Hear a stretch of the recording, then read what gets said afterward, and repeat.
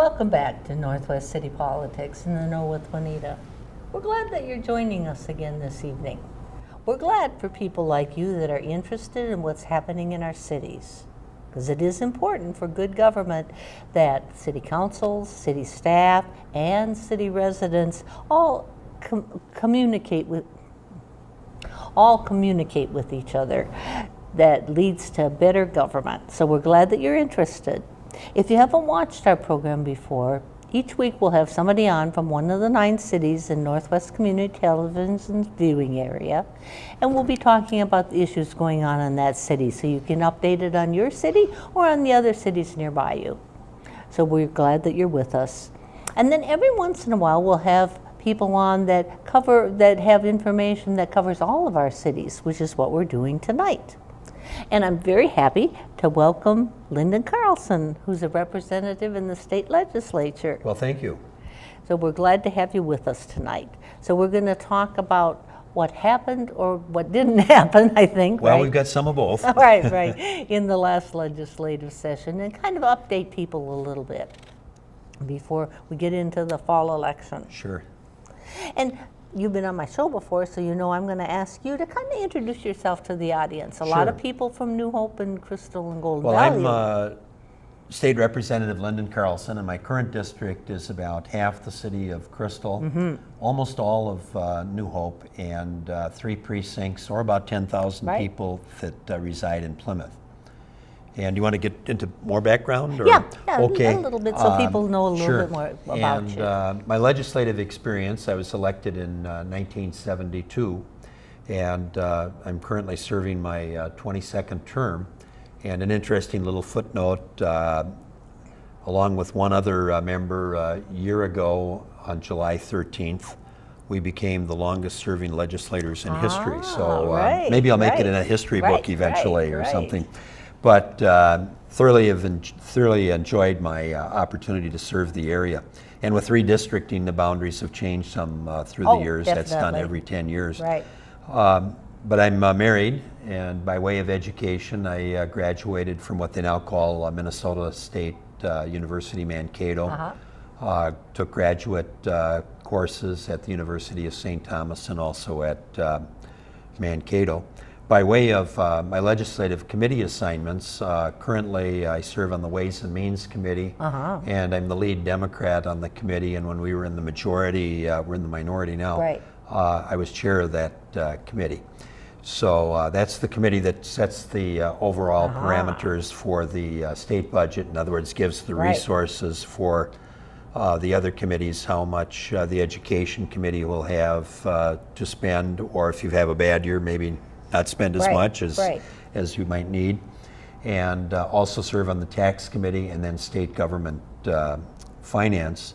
And in addition to that, I've always been very interested in education and currently serve on the Midwest Higher Education Compact, which is made up of 12 states in the region, and as far as Ohio on the east, and Nebraska and Kansas, one of the Dakotas, both Dakotas now on the west. So it's a very interesting opportunity to serve the state of Minnesota in that capacity, but also learn about education, in this case higher education in other states. And share so ideas that's a bit of my background. Yeah, it's really a lot of sharing. In terms of how you solve various problems, what initiatives have perhaps worked quite well, and then we have reciprocity with certain programs between states, and so performs a very important function. So that gives you a little bit of background in terms of my time in the legislature. Thank you. There was a focus this year on bills that didn't make it in the media, and we'll talk about that later. But I thought we should start off talking about bills that did get passed where you were able to find agreement on it, and the ones that probably affect our audience most directly would be those dealing with education. So I thought we'd focus on some of those bills. Okay, that would be just fine. I might just mention that many of the education bills were incorporated into the omnibus finance Right. bill. And there was something like 38 bills.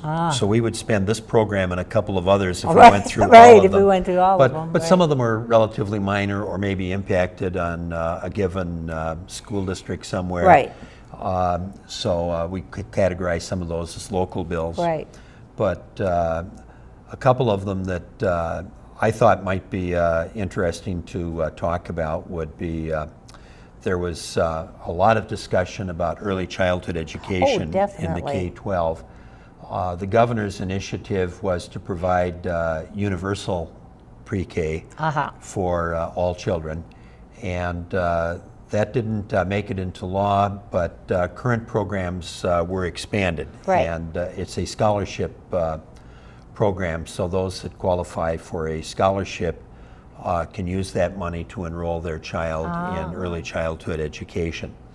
So, And that was kind of the big issue between Democrats and Republicans, wasn't it, about who to cover?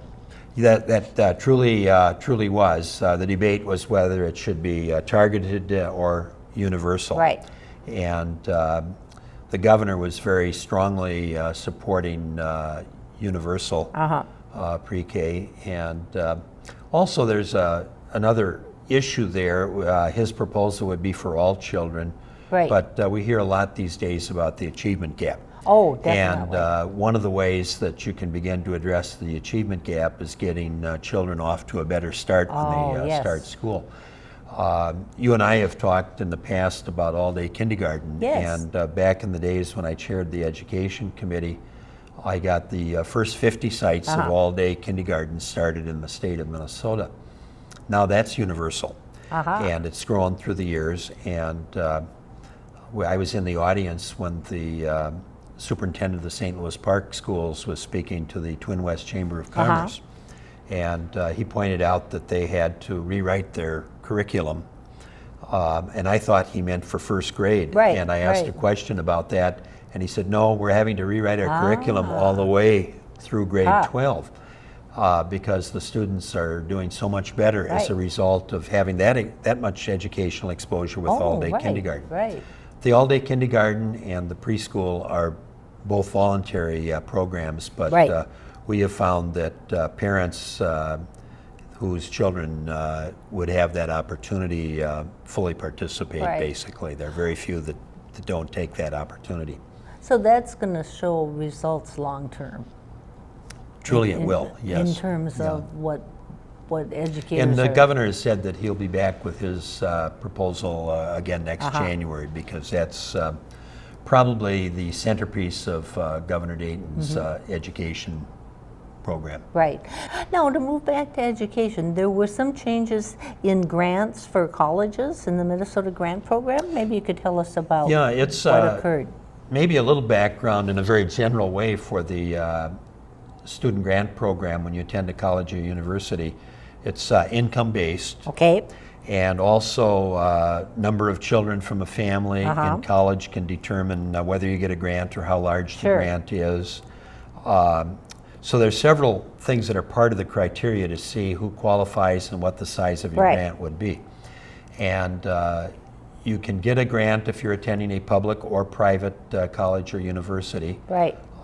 There is a cap. So if you attend a private college, for example, they're generally more expensive. Right. Probably in all cases than a public university or college would be, but it's based on the highest cost equivalent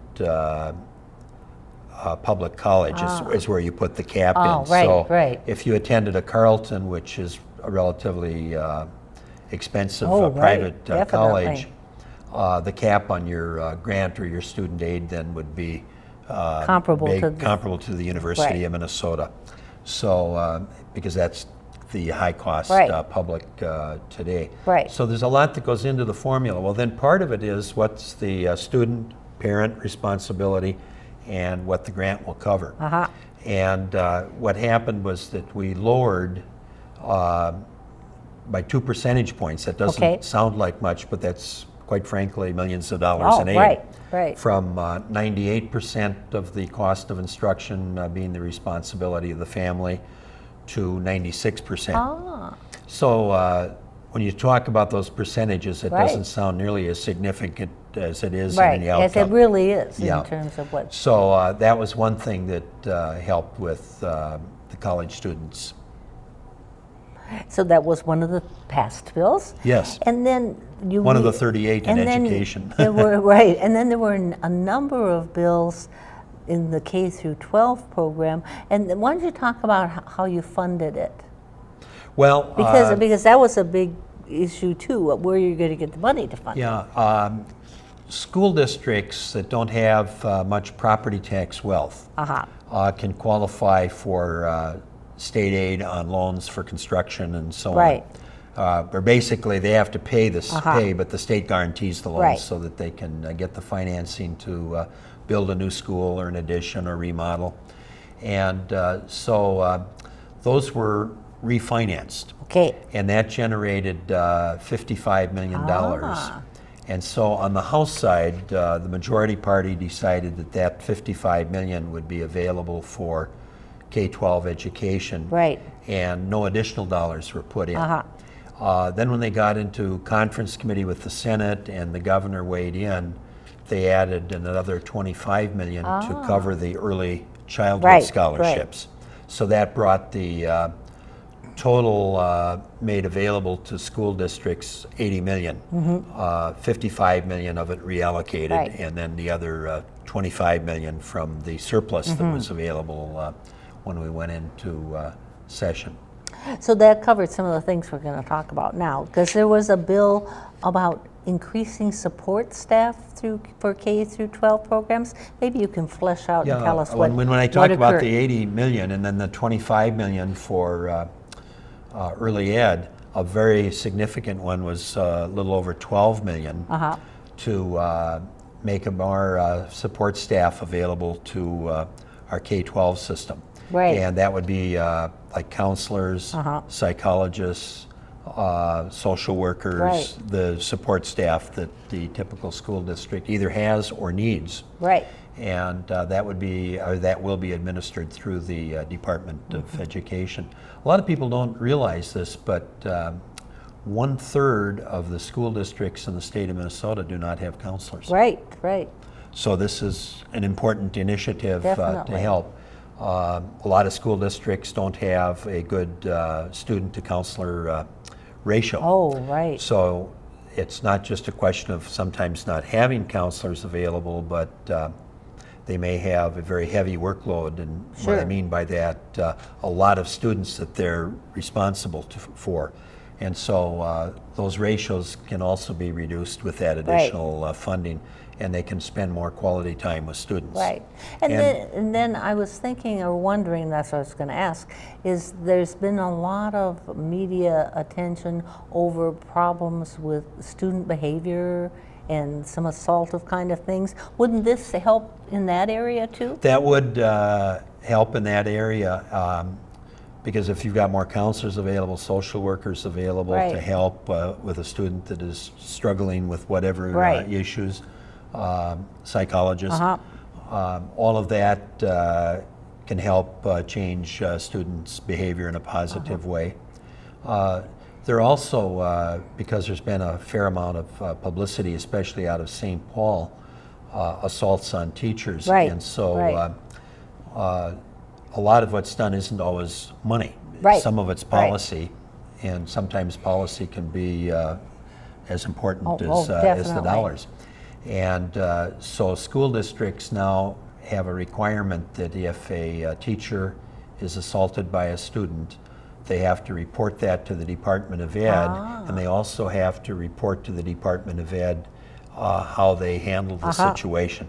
So that's kind of a beginning point right, of right. dealing with some of those issues that we read about. We had a local meeting here, and I know you'd like to talk too about the Right. impact on the our local locals. schools, And right. we have services from 287. In fact, they have a facility Yeah. right over in New Right, Hope, just right. on Bass Lake Road in Winnetka. Right. And so they met with many of us in the legislative delegation from the region, and we're talking about this very same issue that we read a lot about Right. in St. Paul.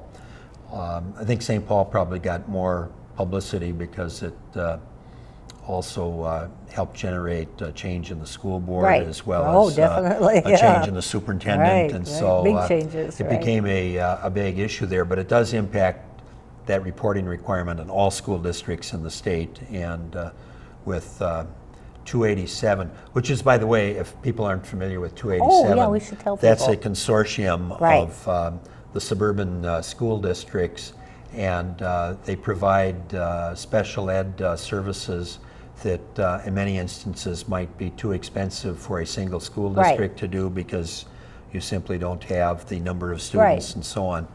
And so it's a large school board of something like 26 members. There's 13 member districts. Right. And each local school district that's part of the consortium has 2 board members.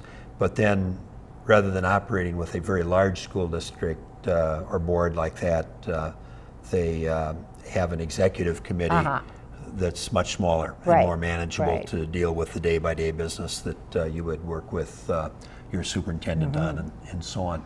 So we were very aware of that issue locally because Right. of this 287 facility right here in New Hope. And then another area that you told me about was that funding was passed for student teacher stipends to help in high need areas. Maybe you can flesh out the details Yes, well, of that. first of all, a lot of what we do is income-based or income Right. sensitive. So Right. this would be targeted to students in need, just like financial aid Right. would be. But it would give them a stipend when they're out student teaching. And then the focus not only would be on the income side, but a school district would apply for a grant for the student teachers, and then they would, through the Department of Ed, that would be a student teacher in a high need area. Right. For example, let's say you have a lot of need for mathematics. Oh, definitely. So that would be the focus point. Actually, it's a grant to the student. I said to the school Right. district, a grant to the student through To the higher, encourage- to through the Higher encourage. Education Services Office that deals with Right. our grants and aids. I We're- misspoke we're- a little sure. bit there We're- at first. Well, where school districts are having difficulty getting those teachers, right? Yes, yeah, that would be the focus. But that was an important initiative because we do hear from school districts, large and small, that Right. sometimes they are having difficulty hiring a teacher in a given field. And that's an attempt to really address 2 issues. Right. Students that might have some income problems while they're out there student teaching because you don't get paid. Right. You pay tuition to Right. student well, teach. Yeah, you pay while I'm a you're former doing teacher. it. Right, I know right. that. You write the check for the tuition, then you go out and you student teach, and Right. you have a very important learning experience. But there are costs Yes. inherent with that, Yes. and that's what it's trying to get at. And then the other thing, as I say, is to target some of those teachers then in the underserved or high need Right. subject areas. Right. And then another area, a whole different area, was with adult high school education programs. So what kind of programs got some... Well, probably one of the most important, there was some funding that was made available, an increase in funding generally for the adult basic education programs, one of which is a very large one here in the Robbinsdale School Right. District. And also in Osseo. I Right. represent a Right, right. little bit of Osseo Yeah. in Plymouth. So that will help with their adult basic education programs. And then also, for 1 year only, the state will be funding the cost of taking the GED test. And that sometimes can be a hardship. And there's a series right, of tests. right. There's one in the social sciences, Right, English, right, mathematics. So it would fund the whole set of tests, if you will, for 1 year. And then I think there'll be an assessment as to how well that's working, and they'll make a judgment call next Right. legislative session whether it's continued or not. And a lot of times you do, like, I don't know if trial program is right, but try out something and then increase it if Yeah. it shows that it's getting results, right? Yes, and we assess the results, and that's not too uncommon in a variety of areas in the legislative process. So, and then you'll actually, when I started those all-day kindergarten programs that I was starting Yeah, about earlier, that's we asked started. the University of Minnesota to do an assessment on those, or at least some of those 50 Right. sites, to see how well it was working, and we got very positive feedback. One of the school districts that participated and did a very thorough study, for example, was Burnsville, and then they presented the results of their study to the AMSD, which is the Association of Metropolitan School Districts. Right. So it doesn't take a genius to realize that maybe if you're starting something new, you should Check it out. just see how well it's working. Right. Yes. Right. And let people know that that happens. And then if it's not working, you might change it if there seems to be a particular problem, so it will work, or maybe it's something that was a good idea that just simply didn't work. Right. Now we'll switch gears completely because very, very recent, Wendy Anderson, a very popular governor and a well-known name across Minnesota, recently died. And I know that you have a relationship with him that goes way back in time. Maybe you want to talk a little bit Sure, about but that. I can talk a little bit about my history with Governor Anderson. I didn't serve with him in the legislature, but I was elected and served all but 2 years in the legislature while he was governor, so worked with him on a number of initiatives. But talking just maybe a little bit of politics, I first met Wendell Anderson in 1968, and he was the statewide chair for Hubert Humphrey when he was running for president. And I was chair of a group of volunteers that were working in the Richfield Bloomington area. So I was in charge of the Richfield Bloomington area, and so I got to know Wendell Anderson, who was a state senator at the time, in that role. And when I said volunteers, Hubert Humphrey didn't spend any money in Minnesota because he was so popular here and what have you at the time that it was kind of a given that he would have our electoral votes. So he was using his resources other places. So it was a bit of a struggle, though. We had to work hard to get volunteers. And that's where I first got to know Wendell Anderson. And then 2 years later, he's governor. And 2 years after he's governor, I'm elected to the Minnesota House. And when we talk about Wendell Anderson, I worked with him on a number of issues. Interesting enough, several healthcare initiatives during my first term because I was on that committee. But probably the thing that he's best known for is what's known as the Minnesota Miracle. Yeah, and I'm sure people have seen this in the newspaper, but probably, what is this, or what are they talking about? Yes, and well, Minnesota was probably the first state, if not the first state, a very early state, to totally change the way we financed education, as well as state and local, local units of government, counties and cities. And so if you're talking about cities, you refer to it as municipal aid. And the idea behind that was to provide more state aid so that there would be a level playing field, that all the cities, all the counties could provide the basic needs for their citizens. And a lot of counties and a lot of cities simply don't have the property tax base to do an adequate job. Well, in education, it's the same thing. Although in education, there's a constitutional requirement that we provide an equal and adequate education to all students. And before Wendell Anderson became governor, the school districts relied very heavily on the property tax. So the advantage in both cases was, one, there was property tax relief by the state taking over a greater share of the finances.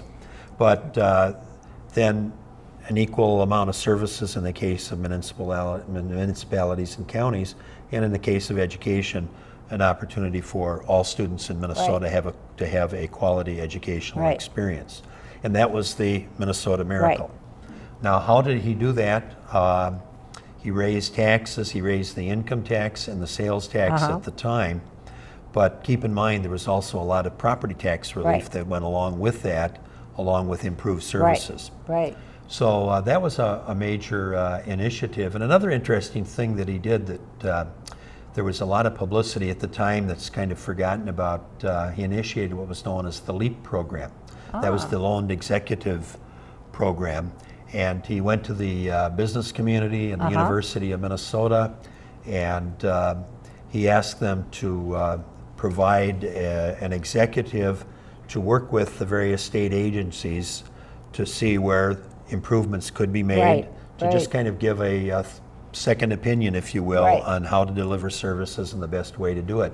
And that generated a whole lot of legislation because then a lot of those recommendations had to be enacted into law. Right. And that was called the LEAP program. And in fact, I had some conversations when I was chairing the Ways and Means and Finance committees about, from a legislative perspective, maybe revisiting that because that would have been in the early 70s, so it's been a long time.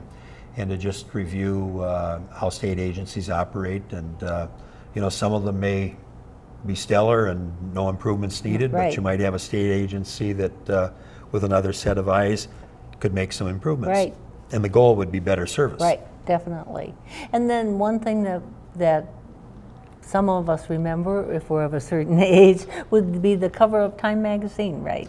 Yes, where he's holding the walleye. Holding the walleye. And a nice sized walleye. And it was the state that works. And that was all part of the Minnesota miracle. And by the way, we had, with the outcomes with students, we had very positive results. Once school districts were given the wherewithal to really hire an adequate number of teachers, well-trained teachers.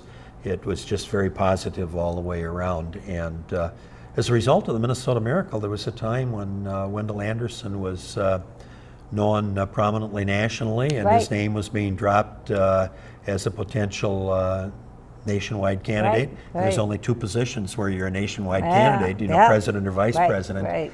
And he was prominently mentioned in 1976, and that went, the nod went to another Minnesotan, and that was when Walter Mondale was selected to be Jimmy Carter's running mate. But a lot of people have forgotten that another name that was in play was Wendell Anderson. And then he worked the Minnesota miracle with the Republican legislature. That's very true. And I wanted you to talk about that just a little. Wendell Anderson had the ability to work across party lines. And the Republicans, or back then they were called conservative and liberal, because it was. But they were the Republicans. So he had a Republican House and a Republican Senate. And he was able to work that out. It wasn't easy. It was the longest special session, when we talk about special sessions, in state history. Because I just read it in the paper, and it said 157 days. Yes, and but in the end, he worked across party lines and was able to achieve that. But there were other examples of where Governor Anderson worked across party lines. Locally, we had an outstanding candidate for the Metropolitan Council, and I was promoting that candidate, and he happened to be at that particular time a Democrat, and so I was teaching at Henry High School in North Minneapolis, and got a call from the governor's office. Well, they weren't used to the governor calling a high school, so they came right up and got me out of my room and had another teacher covered for a few minutes. The governor's call, and he said, "Lynn," he said, "unfortunately, I won't be able to appoint to the Metropolitan Council the person that you're advocating." And by the way, the law was that they consult with legislators about the appointment.